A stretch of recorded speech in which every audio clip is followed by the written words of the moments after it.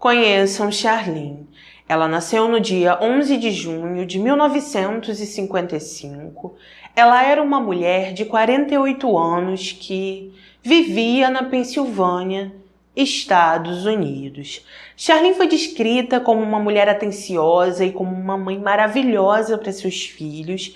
Ela era casada com um homem chamado Brian, tinha 3 filhos e trabalhava como assistente administrativa. Brian trabalhava no departamento de polícia, só que na área de informática ele não trabalhava como policial. Diferente de sua esposa, ele foi descrito como um homem retraído, quieto e, de acordo com as matérias, por vezes ele agredia seus filhos. Em 1999, Brian agrediu um de seus filhos, quebrou o nariz dele e, por causa disso, Charlene ligou para a polícia, pediu uma ordem de afastamento contra ele e até iniciou o processo de divórcio. Nesse meio tempo, ele passou por terapia, toda a família também fez aconselhamento e pouco tempo depois, Brian teve um ataque cardíaco e por causa disso, Charlene decidiu dar mais uma chance para ele e eles voltaram a viver como uma família. David, um dos filhos do casal, disse que assim que Brian voltou para casa, ele tentou ser uma pessoa diferente, era mais calmo e até tratava os filhos de uma maneira melhor. Em 2001, Charlene começou a receber algumas cartas anônimas de um suposto ex-namorado do colégio. Nessas cartas tinha algumas fotos desse suposto homem. Ali estava escrito que ela tinha arruinado a vida dele, que ele nunca conseguiu ser feliz. Também dizia para Brian que ela era infiel e aquele homem dizia claramente que estava seguindo ela. Charlene começou a ficar incomodada com isso porque diversas vezes apareciam bilhetes no para-brisas de seu carro. Em um certo dia, quando ela foi em uma festa de sua empresa, ela tirou fotos com um fotógrafo profissional e depois, quando ela foi até o carro, as fotos que ela não comprou estavam no para-brisas de seu carro. Por causa disso, Charlene começou a ficar com um certo medo, foi até a polícia, disse o que estava acontecendo. A polícia investigou brevemente, eles não conseguiram encontrar nada demais e por causa disso a investigação se encerrou e ninguém ficou sabendo quem era esse homem que estava enviando essas cartas. No dia 19 de março de 2004, Charlene estava em casa com seu marido e com seus 2 filhos mais velhos. O mais novo estava em um acampamento e então por isso só os 4 estavam na casa. Depois do jantar, os 2 filhos saíram para ficar com os amigos, não se diz o que eles foram fazer, e Brian e Charlene ficaram sozinhos em casa. Por volta de 4 horas da manhã, David, um dos filhos do casal, chegou em casa. Ele percebeu que o pai estava dentro do escritório com todas as luzes apagadas, achou aquilo estranho, perguntou a ele o que estava acontecendo e então Brian lhe respondeu que ele e Charlene tinham brigado, que ela tinha ficado com muita raiva e por causa disso saiu de casa. Brian falou que provavelmente ela iria voltar a qualquer momento. Por causa disso, David decidiu ir para o quarto. Ele falou que não achou que era nada demais, pensou que era só uma briga comum que os 2 sempre tinham e por causa disso ele foi dormir. No dia seguinte, quando David acordou, ele percebeu que sua mãe ainda não estava em casa. Ele começou a se preocupar, ligou para a mãe, enviou mensagens, mas infelizmente Charlene não respondeu. Depois disso, ele ligou para alguns amigos e familiares perguntando se essas pessoas sabiam dela. Todos disseram que não, e então o menino se preocupou ainda mais. 2 dias depois, Brian decidiu ligar para a polícia. Ele disse para os policiais que na noite de 19 de março, ele e a mulher discutiram, que depois disso ela ligou para alguém, essa pessoa foi até sua casa, ela entrou no carro e depois disso ele não conseguiu saber mais nada sobre ela. Por causa disso, as buscas por Charlene se iniciaram. 3 horas após essa ligação, os policiais encontraram o carro dela no estacionamento de um supermercado. vasculharam esse carro e, infelizmente, eles encontraram Charlene sem vida na parte de trás da caminhonete dela. Depois disso, ela foi enviada para análise. Ao chegar nesse local, os profissionais constataram que ela perdeu a vida porque alguém a estrangulou. Disseram que algum objeto foi usado para que isso acontecesse, para que ela fosse sufocada. E então as investigações se iniciaram. Quando os investigadores contaram a Brian o que havia acontecido com a esposa, ele disse: "O que vou fazer agora?" Depois disso foi até a pia da cozinha, vomitou e depois continuou conversando com a polícia. Ele explicou que anos antes eles tiveram problemas no casamento, terminaram, ficaram um tempo separados e então voltaram. Ele ainda disse que a relação entre os dois não estava nada bem, que ele acreditava que Charlene estava tendo um caso extraconjugal, até deu as características desse suposto homem com quem ela estava se relacionando. Porém, quando os policiais procuraram o amante de Charlene, eles não encontraram ninguém entre seus amigos e nem ninguém em seu trabalho que parecia com as características que Brian deu. No decorrer das investigações, ao falar com amigos e familiares de Charlene, a polícia descobriu que semanas antes do ocorrido, ela estava dizendo para essas pessoas que queria se divorciar de Brian, que estava pensando em voltar a estudar, que queria ter uma nova vida, mas que em nenhum momento ela disse que estava com outra pessoa ou que estava traindo ele. Segundo essas pessoas, Charlene sempre foi fiel ao marido, mesmo estando insatisfeita com seu relacionamento ou estando insatisfeita com o modo que ele levava a vida. Inicialmente, os policiais não focaram em Brian, porém, após um tempo, eles começaram a perceber que ele se comportava de uma maneira suspeita e por isso ficaram de olho nele. Em um certo dia, quando Brian foi até a funerária conversar com os profissionais que iriam fazer o funeral, ele pediu que eles colocassem em Charlene um vestido de gola alta, porque, segundo ele, não queria que as pessoas ficassem olhando os machucados que ela tinha no pescoço. Isso para os policiais foi bem estranho, porque até então eles não tinham falado para Brian ou para qualquer pessoa que conhecia Charlene como ela perdeu a vida, e então eles ficaram pensando como Brian sabia daquilo. Outra coisa que aconteceu é que, como o carro de Charlene foi encontrado no estacionamento do supermercado, os policiais foram até lá, olharam as imagens de segurança e eles perceberam que no dia que ela foi encontrada por eles, por volta de 6 horas da manhã, um homem comprou o biscoito de cachorro e depois foi embora. Para os policiais, isso era muito suspeito porque o que um homem foi fazer num supermercado às 6 horas da manhã e por que esse homem estava comprando biscoito para cachorro? Por causa disso, eles conseguiram um mandado de busca para a casa da família. Ao chegar ali, não encontraram ninguém. Ligaram para Brian para que ele pudesse abrir o portão e então Brian ficou com muita raiva. Assim que ele chegou na casa, Brian começou a discutir com os policiais, falou que ele não queria que ninguém entrasse, disse que não queria que ninguém mexesse em suas coisas, mas como os policiais tinham um mandado de busca, eles não ligaram para Brian e entraram. Ao vasculhar a casa, os policiais coletaram amostras de terra e folhas que tinham no quintal, porque no corpo de Charlene havia terra e folhas. Eles também coletaram uma coleira de cachorro, perceberam que o casaco que Brian estava usando era muito parecido com o casaco que o homem da filmagem do mercado estava usando também, e então eles encontraram um recibo da compra de biscoito para cachorro que Brian fez às 6 horas da manhã. Em uma entrevista que deu, David disse que assim que o pai ficou sabendo que ele estava ajudando nas investigações, Brian começou a ser muito legal com ele, ficava se oferecendo para fazer coisas que geralmente era Charlene que fazia, perguntou para ele se ele queria um carro novo e tentou subornar ele de muitas outras formas. David disse que ele começou a ficar com muito medo do pai quando soube que Brian estava de olho nele, que ficou com tanto medo que ele conseguiu uma arma e que todos os dias ele dormia com ela embaixo de seu travesseiro. Alguns dias após o ocorrido, a polícia recebeu uma carta anônima. Nessa carta, a pessoa dizia que era o responsável por tudo o que aconteceu, Pouco tempo depois, um jornal local entrou em contato com os investigadores. Eles disseram que também receberam uma carta anônima e que a pessoa que escreveu confessou que era o responsável por tirar a vida de Charlene.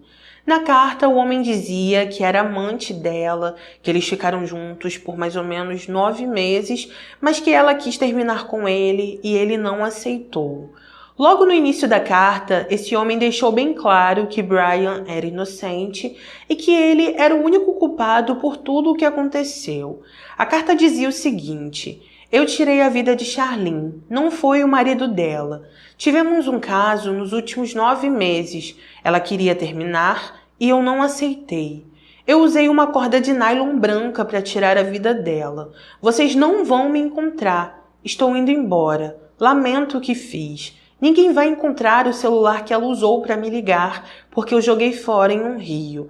Essa é a 5ª vez que eu tiro a vida de uma mulher e estou ficando muito bom nisso. Os policiais não têm ideia de como é fácil prender o marido quando eles apenas olham para ele como suspeito. Apesar da carta tentar tirar o foco de Brian, a polícia continuou desconfiando dele ainda mais e por isso decidiram confiscar seu computador. Eles conseguiram encontrar fotos do suposto ex-namorado de Charlene, aquele que enviou aquelas cartas em 2001. Também acharam as cartas que ela recebeu em 2001 e um rascunho da carta que foi enviada para a polícia e para o jornal local. Devido a isso, os policiais chamaram um especialista em linguística forense. Ele comparou a carta do admirador de anos atrás com a carta do suposto assassino e então percebeu que a letra era a mesma. Por causa disso, os policiais conseguiram um mandado de busca para a casa de Brian mais uma vez. Também foram até o local onde ele trabalhava, pegaram vários papéis que tinham a letra dele e então o profissional analisou a letra de Brian. Ao fazer isso, ele comprovou que foi Brian que escreveu as cartas anônimas para Charlene e as cartas que foram enviadas para a polícia e para o jornal. Outra coisa que os investigadores descobriram é que a coleira de cachorro que estava no quintal da casa foi o objeto utilizado para tirar a vida de Charlene e que as folhagens e terra que estavam no corpo dela realmente eram compatíveis com a terra e folhas que foram coletadas no quintal da casa. Eles também descobriram que o homem que estava na filmagem do supermercado era Brian, porque conforme falei para vocês, ele estava usando um casaco bem parecido com o homem da filmagem, tinha a mesma cor e a mesma altura que aquele homem. Com isso, Brian foi preso. No dia que os policiais o levaram para a prisão, ele estava usando o mesmo casaco que estava usando na filmagem, e quando os policiais olharam o bolso desse casaco, eles encontraram uma luva que foi enviada para o laboratório. Ali, os profissionais disseram que na luva tinha partículas da coleira de cachorro e por causa disso os policiais disseram que quando Brian cometeu o ato, ele com certeza estava usando aquelas luvas. Alguns meses depois, Brian decidiu fazer um acordo com os investigadores. Ele se declarou culpado para conseguir uma pena menor, mas quando ele descobriu que sua pena seria de 20 a 30 anos de prisão, ele voltou atrás, disse que foi coagido pelos policiais, que eles o obrigaram a confessar e por isso seu acordo foi anulado. Quando o julgamento de Brian aconteceu, ele se declarou inocente, disse que não tirou a vida de Charlene, que nunca enviou cartas anônimas para ela e que também nunca enviou nenhuma carta para os policiais e nem para o jornal local. David foi o único filho que ficou contra o pai.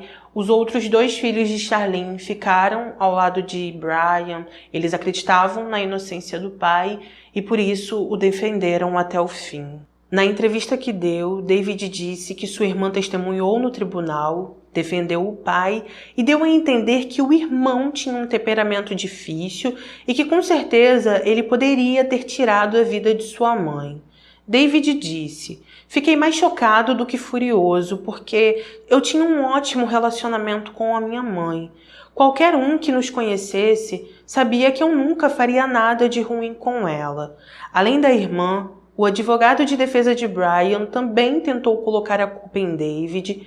Ele disse no tribunal que Charlene tinha concordado de fazer um empréstimo para dar um carro para David, que talvez ela mudou de ideia, conversou com o filho, David ficou com muita raiva e então por causa disso tirou a vida da mãe. Quando os promotores foram ouvidos, eles disseram que Brian era o único culpado. Segundo eles, por volta de 8 horas da noite do dia 19, eles começaram a discutir na casa, Brian perdeu o controle, Charlene talvez tentou sair, Brian foi atrás dela no quintal e então usou a primeira coisa que viu para poder tirar a vida dela. Ele pegou a coleira do cachorro e então cometeu o ato. Após isso, ele a levou até a garagem da casa onde o carro estava, a deixou ali, voltou para dentro de casa. Depois disso, no dia seguinte, bem cedo, ele dirigiu até o supermercado, estacionou o carro. Segundo os promotores, após isso, ele entrou no mercado, comprou o biscoito de cachorro e então voltou a pé para casa porque esse mercado não ficava muito longe da casa deles. Com isso, ao final de tudo, após todos serem ouvidos, Brian foi considerado culpado e recebeu prisão perpétua. Ao proferir a sentença, o juiz disse: embora nós concordemos com Brian que a comunidade foi incapaz de produzir provas diretas ligando ele ao assassinato de sua esposa, a totalidade das provas circunstanciais foi mais do que o suficiente para que eu possa apoiar o veredito do júri. Na entrevista que David deu, ele disse o seguinte: durante a fase de sentença do julgamento, havia muitas pessoas que se sentaram do lado da minha mãe, inclusive eu. Do lado do meu pai, no tribunal, estava minha irmã e os pais do meu pai. Desde aquele dia, minha irmã e eu não nos falamos mais. Meu irmão mais novo e eu também não nos falamos. Esse foi o fim da nossa família. Nós perdemos nossos pais e eu perdi minha irmã e meu irmão ao mesmo tempo. Nas matérias não se diz com quem os filhos de Charlene e Brian ficaram. Eu acredito que David já era mais velho, então ele ficou sozinho, começou a trabalhar e disse que durante o tempo que ele viveu naquela cidade, para ele foi muito difícil, porque todas as vezes que ele ia até o mercado ou ia até o posto de gasolina, as pessoas olhavam para ele com pena, tentavam confortá-lo, diziam que sentiam muito, só que isso só fazia que ele lembrasse de tudo o que perdeu. Ele falou que todas as vezes que as pessoas conversavam com ele, ao invés dele esquecer o que tinha acontecido, ele se lembrava de tudo e ficava cada vez mais triste. Por causa disso, ele começou a beber demais, ia para o trabalho, para o bar, para casa e não tinha vida. Em certo momento, ele começou a pensar que não era essa a vida que Charlene queria para ele. Ficou muito pensativo sobre isso, decidiu se mudar de cidade para ter uma nova vida e então começou a trabalhar com algo que ele gostava muito, que era consertando carros. Alguns anos depois, Brian apelou sua sentença. Ele disse que seu julgamento não foi justo e por isso ele conseguiu um outro. Em 2012, aconteceu esse novo julgamento. Ali, Brian foi ouvido, seus advogados foram ouvidos também e os promotores mais uma vez mostraram todas as evidências contra ele. Os investigadores desse caso disseram que a motivação para Brian tirar a vida de Charlene é porque ela queria deixá-lo, provavelmente pediu o divórcio naquela noite e por causa disso ele ficou furioso, não queria terminar a relação e então acabou cometendo o ato e tirou a vida dela. Ao final de tudo, após todos serem ouvidos nesse novo julgamento, Brian mais uma vez foi considerado culpado e recebeu perpétua, sem possibilidade de condicional. Conforme falei para vocês, a única pessoa que ficou contra ele foi David. Seus outros 2 filhos ficaram ao seu lado, acreditam em sua inocência. E de acordo com as matérias, até hoje, os irmãos não mantêm contato. Então é isso, gente. Esse foi o nosso caso de hoje. Por favor, deixe aqui nos comentários o que você achou sobre esse caso. se você já conhecia ele ou não, e coloca a sua opinião, que é muito importante para mim. Hoje eu estou fazendo esse vídeo nesse local diferente, porque já está bem tarde, o local que eu faço não tinha como fazer, e para não deixar vocês sem vídeo hoje, eu tive que fazer quase meia-noite esse vídeo, mas eu espero que vocês tenham assistido e tenham entendido tudo. Tá bom? Obrigada a cada um que chegou até aqui. Não se esqueça de deixar o like, ativar o sininho, vir toda semana aqui no canal, ver quando tem um vídeo novo. Clica na aba vídeos para você ter acesso a todos os vídeos do canal, para você não se perder, tá bom? E é isso. Obrigada a quem nunca larga a minha mão, a quem tá aqui comigo. Eu agradeço do fundo do meu coração. Um beijo no coração de vocês. Obrigada por tudo sempre. Fiquem com Deus, se cuidem e até o próximo vídeo.